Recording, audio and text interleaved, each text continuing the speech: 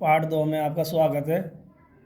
अशोक कुमार तोंडे द्वारा एक T coaching classes से अब हम आपको पूरी डिटेल से समझाने जा रहे हैं जो एग्ज़ाम की दृष्टि से मोस्ट है, जो एग्ज़ाम में आते रहते हैं।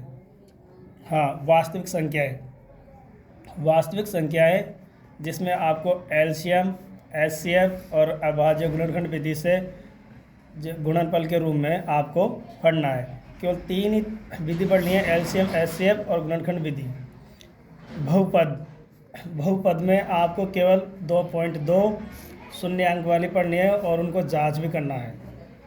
2.2 ही पढ़नी है, 2.1 आपको नहीं पढ़ना, केवल 2.2 ही पढ़ना है। फिर आपके ग्राफ में आपको 3.1, 3.2, 3.3, 3.1, 3.2 और 3.3 के ग्राफ ही आपको पढ़ना है, केवल ग्राफ के अलावा कुछ भी नहीं, क्योंकि ये 6 नंबर का आता है। इसके अलावा द्विघात समीकरण में आपको 4.1 में से दूसरे पर्सन का पहला, चौथा और दूसरा आप सवाल को आपको पढ़ना है। इसके बाद आपको 4.2 में से तीसरा, चौथा, पाँचवा सवाल ही आपको पढ़ना है। 4.3 में से केवल क मान वाले प्रश्नों पर ही विशेष ध्यान देना है, क्योंकि ये हर साल एक ना एक क्वेश्चन क मान वाला आता ही रहता है एग्ज़ाम में, तो ये वाला आपको पढ़कर जाना है, एग्ज़ाम की दृष्टि से मोस्ट है। इसके अलावा समांतर श्रेणी में आपको प्रश्नावली 5.2 में से 7वां, 8वां, 13वां, 14वां, 15 सवाल को ध्यान से देखना है।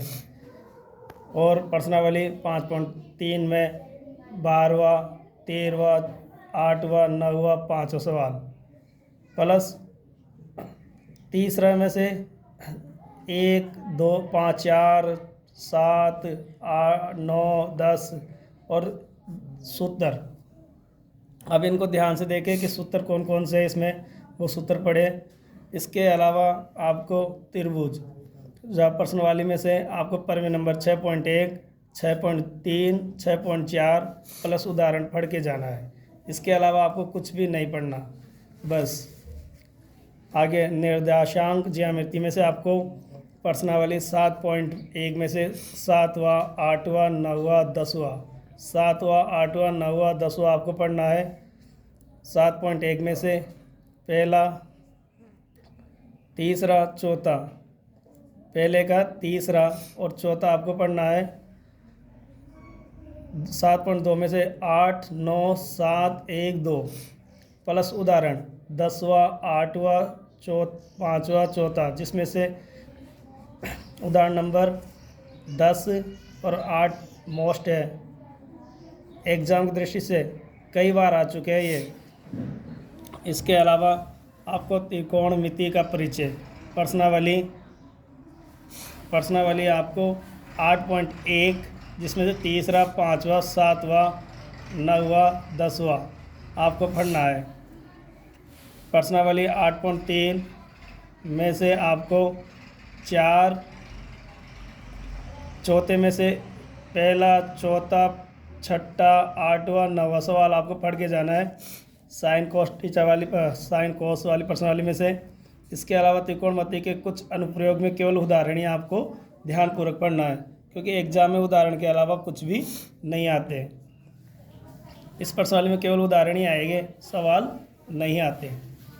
वर्त में आपको परिभाषा याद रखनी है, स्पर्श रेखा वाली, छेदक रेखा वाली और प्रमेय 10.1। उदाहरण आपको दूसरा, तीसरा और प्रश्नावली 10.2 1 से लेकर 9 तक प्रश्न आपको ध्यान से पढ़कर को वृत्तों से संबंध क्षेत्रफल, जिसमें प्रश्नावली 11.1 में से पहला, तीसरा, 5वां, छठा, 9वां, 10वां, 11वां आपको ध्यानपूर्वक पढ़ना है। ध्यान से सुनो, पहला, तीसरा, 5वां, छठा, 9वां, 10वां, 11वां प्लस उदाहरण और सूत्र। इस प्रश्नावली में से पृष्ठीय क्षेत्रफल और आयतन, इसमें घन, बेलन, शंकु के क्षेत्रफल आयतन आपको ध्यान से पढ़ना है और सभी सूत्र ध्यान से पढ़कर जाए। प्रश्न वाली 12.1 में से 3, 6, 1, 8, 9। प्रश्न वाली 12.2 में से 5, 6, 7, 3।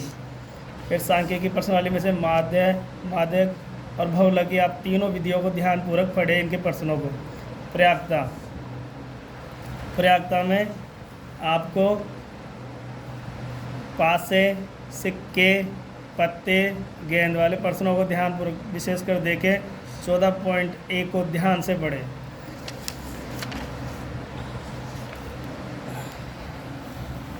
इसके अलावा आपको पाई का मान पढ़ के जाना है। पाई का मान 22/7 सूक्ष्म रूप में 3.14, √2 का मान 1.41, √3 का मान 1.732। यह आपको तीनों पॉइंट याद रख कर जाना है ताकि आपको प्रश्नों में जैसे 12वीं प्रश्नावली में इनका प्रयोग हो सके। आप ध्यानपूर्वक पाई का मान ये वाला भी पूछ सकता है आपसे, ये वाला भी पूछ सकता है। फिर से एक बार देख लो अगर समझ में नहीं आए तो।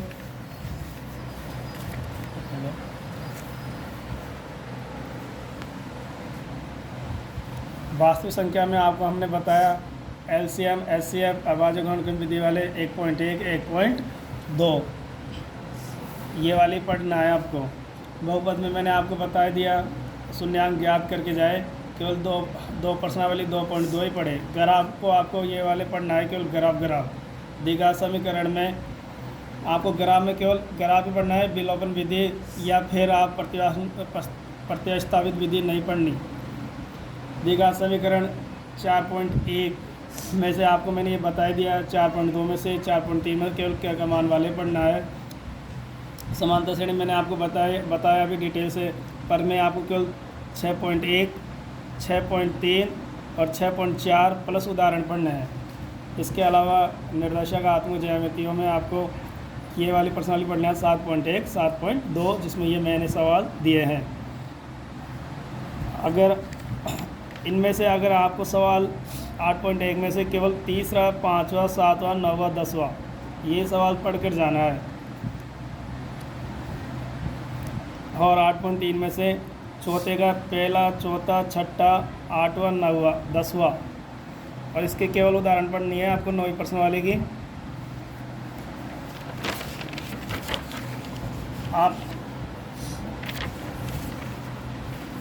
आप लोग जितना हो सके इस वीडियो को ज़्यादा से ज़्यादा लोगों को तक शेयर करें, उनको पहुंचाएं ताकि सभी बच्चे पास हो सके, क्योंकि काफ़ी सालों से बच्चे मैथ में फेल होते जा रहे हैं। ताकि मैं चाहता हूं इस बार बच्चे फेल ना हो, मैथ में पास हो जाए। आप विशेषकर बच्चों को ध्यान देने के लिए कहें कि भाई इन सवालों को ध्यान से पढ़कर जाए, पास हो जाएगा। आपके पास केवल 6 दिन है। 6 दिन में अगर आप लोग इन सवालों को ध्यानपूर्वक पढ़ कर जाओगे तो आप 100% पास होगे। शर्त है लेकिन आपको पढ़ना पड़ेगा।